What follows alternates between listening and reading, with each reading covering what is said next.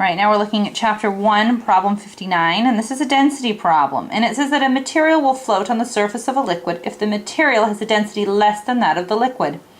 Given that the density of water is approximately 1 gram per milliliter, will a block of material having a volume of 1.2 times 10 to the 4th inches cubed and weighing 350 pounds float or sink when placed in water? Okay, so basically they're asking us, is the density the same as water, or less than water, or equal to water?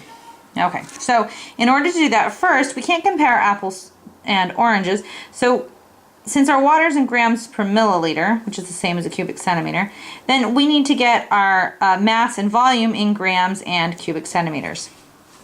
Okay, so 350 pounds, and we need to get pounds into grams. And from the last problem that I did, that we have 1 kilogram is 2.2046 pounds. I think I'm going to go ahead and use that one because I have it in place. Okay, so I can say 2.2046 pounds is 1 kilogram. Okay, I'm going to get rid of my pounds. And then I know that 1 kilogram is the same as 1,000 grams. So kilograms on the bottom, kilograms on the top. And I'll be left then with grams. So that is fabulous.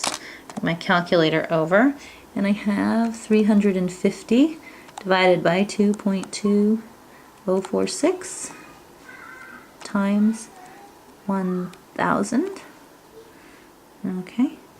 And I end up with 158,758 grams, but I can only have 2 significant figures, so we'll go ahead and make that 1.6 times 10 to the 5th grams.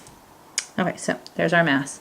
All right, now our volume, we need to get this into centimeters, okay?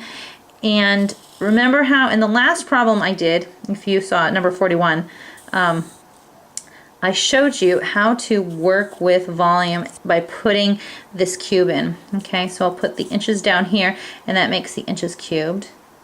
Okay, and centimeters up top, because remember, and the reason I'm doing this is that 1 milliliter is the same as 1 centimeter cubed. Okay. Alright, so I have that 1 inch and 2.54 centimeters. And what this 3 does, again, is this 3 cubes everything. Technically the 1 also. Okay, so I'll cube that first. 2.54 cubed becomes 16.4 roughly.